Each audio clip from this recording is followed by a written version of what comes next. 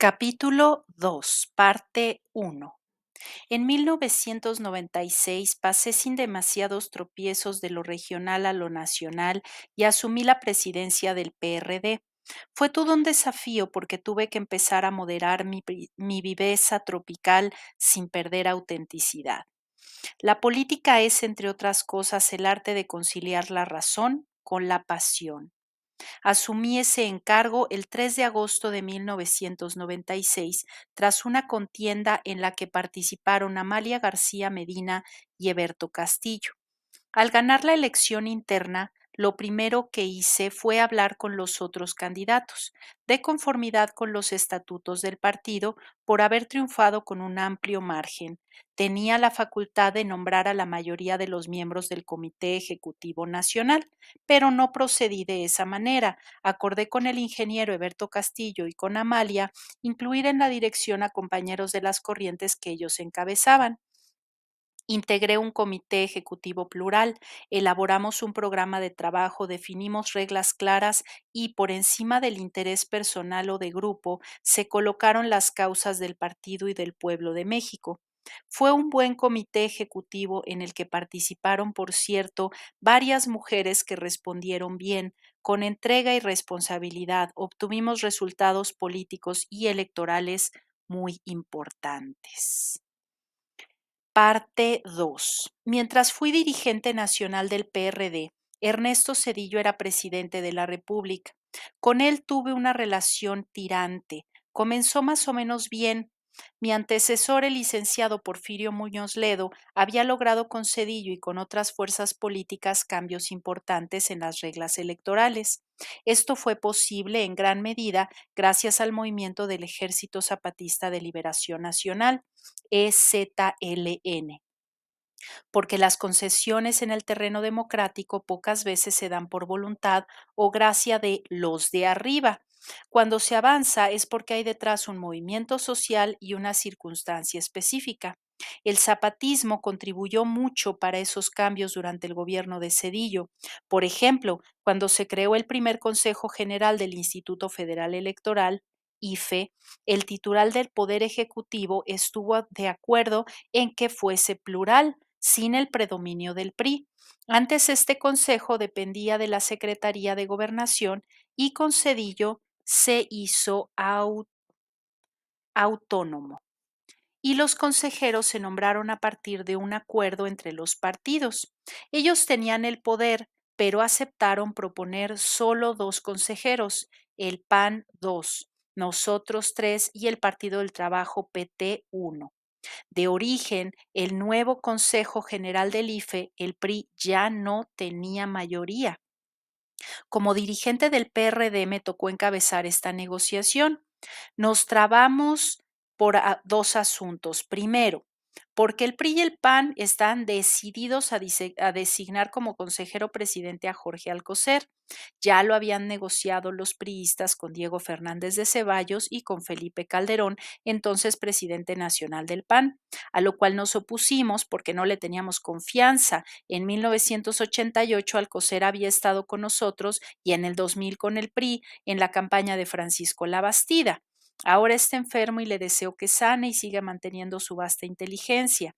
Tras argumentar nuestra inconformidad, logramos que reiteraran la candidatura de Alcocer y se propuso conjuntamente a un constitucionalista, don Héctor Fix Zamudio, pero él no aceptó. La tercera propuesta recayó en el entonces presidente del Colegio de México, Andrés Lira González, quien también declinó. Considero que esta postura habla bien de ellos porque en el sistema político mexicano casi nadie dice que no cuando se trata de estos ofrecimientos. La cuarta opción fue José Woldenberg. Él sí aceptó y se logró el consenso.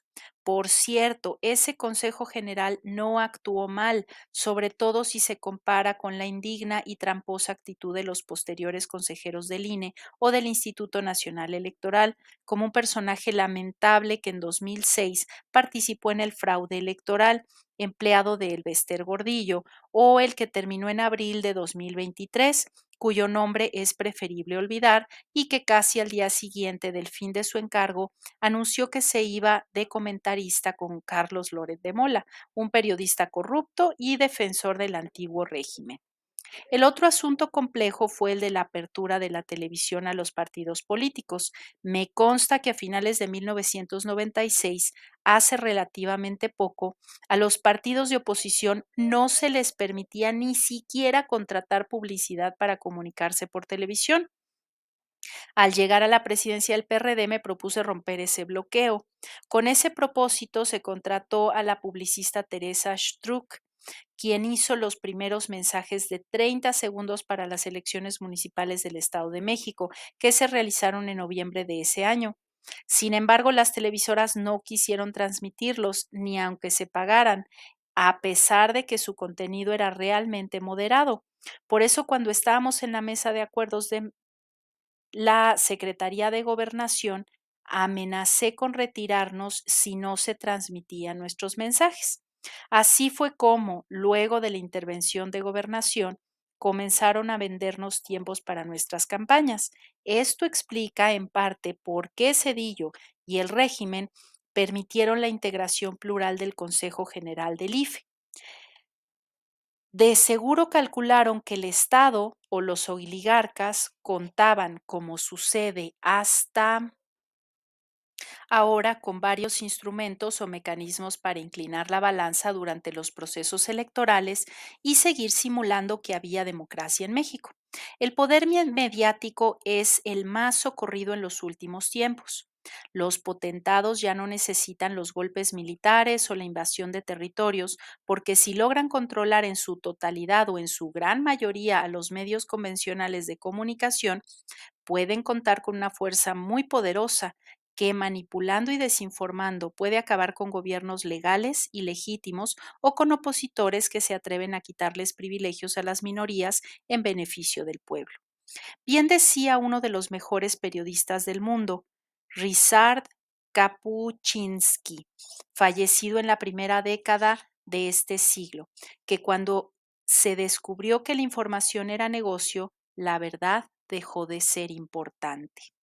También con Cedillo me tocó ver parte de la negociación sobre el financiamiento a los partidos políticos y desde entonces, no, voy a repetir esa parte. También con Cedillo me tocó ver parte de la negociación sobre el financiamiento a los partidos políticos y desde entonces hemos expresado nuestro desacuerdo por el cuantioso gasto en campañas políticas. En la legislación electoral de agosto de 1997 se decidió entregar muchísimo dinero a los partidos. Rechazamos ese ordenamiento en particular, pero aún así se aprobó. En congruencia, nosotros decidimos utilizar solo lo indispensable para las tareas del partido. El excedente se destinó a otros propósitos. Una parte se ocupó para comprar libros de secundaria que fueron entregados a 700,000 alumnos de los municipios más pobres del país. Otra parte se utilizó para apoyar con becas a viudas y huérfanos de compañeros asesinados durante el salinismo.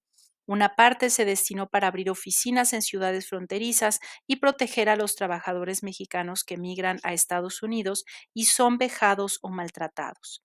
Cedillo me había advertido que me veía cobrando el cheque y como obviamente no le di ese gusto, se enojó tanto con nuestro proceder que su secretario de Educación, Miguel Limón Rojas, trató de prohibir que entregáramos los libros de secundaria en los municipios donde gobernábamos. Como no pudo, desde entonces el gobierno federal decidió incluir en la entrega gratuita de los libros de texto también a los alumnos y alumnas de secundaria.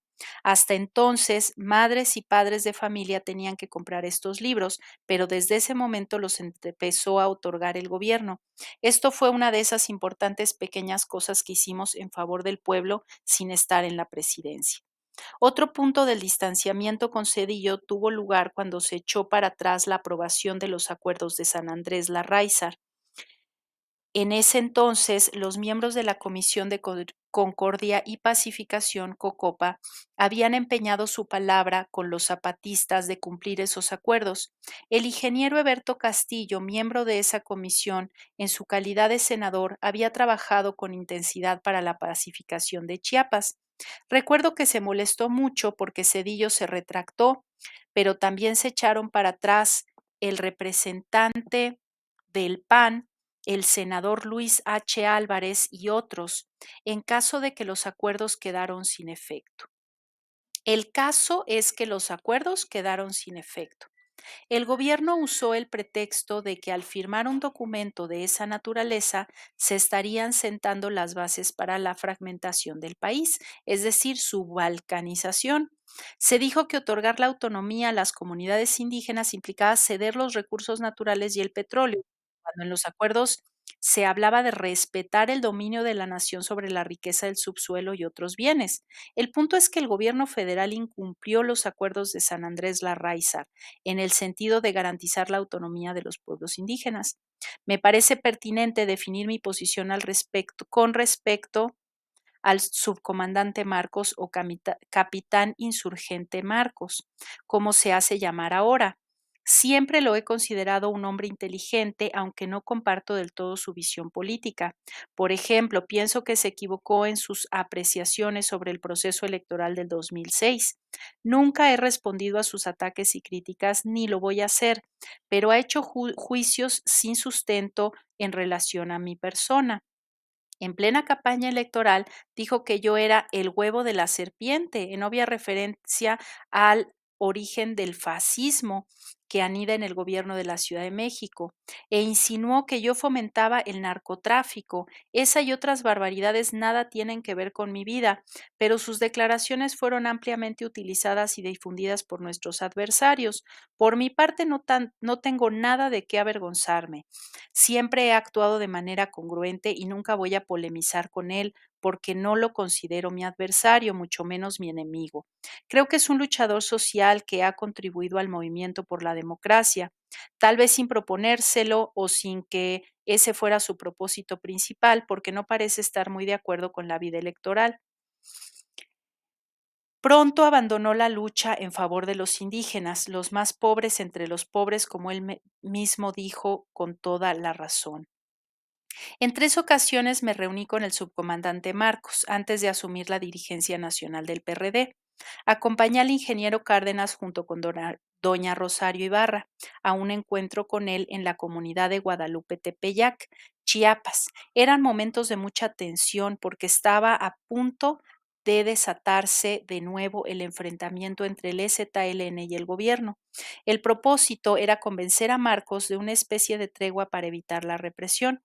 El ingeniero Cárdenas le llevó una carta notable donde hacía toda una argumentación acerca de la importancia de la paz, del sufrimiento que produce la violencia y de lo imprescindible del zapatismo. No sé si se haya publicado, pero era una carta muy profunda y sobre todo muy oportuna. Marcos se convenció y días después planteó la tregua a través de un comunicado. Nos quedamos muy contentos porque se había logrado el propósito de detener una confrontación, aunque tiempo después Zedillo no supo valorar la importancia del diálogo y del acuerdo, y el 9 de febrero de 1995 ordenó la represión. Luego los dirigentes no indígenas del zapatismo negociaron y al